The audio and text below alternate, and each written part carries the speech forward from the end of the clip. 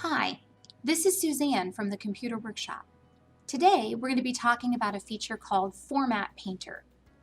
The Format Painter is found in many Microsoft applications, but I'm going to be using Microsoft Word to show you how the features work today.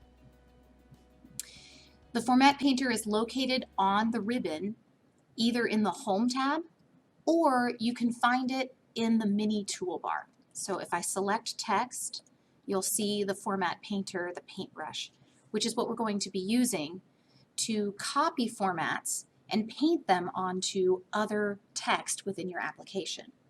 So let's take a look at how this would be done. I'm going to select text. You can see I've selected Mary Contrary in my text. This is the text that I want to use in my formatting. And you can see that there are a couple of other formatted areas that don't look exactly the same. I want them to match. So I'm going to use the Format Painter.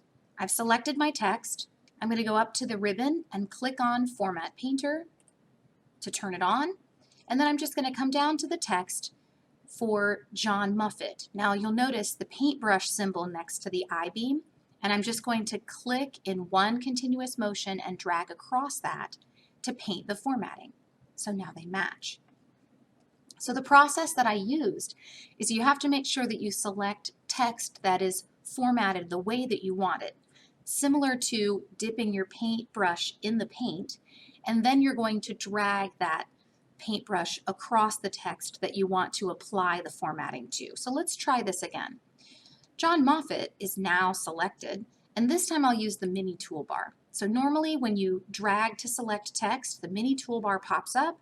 So I'm going to click the paintbrush, and I will once again draw this across Helen Downing so that they match.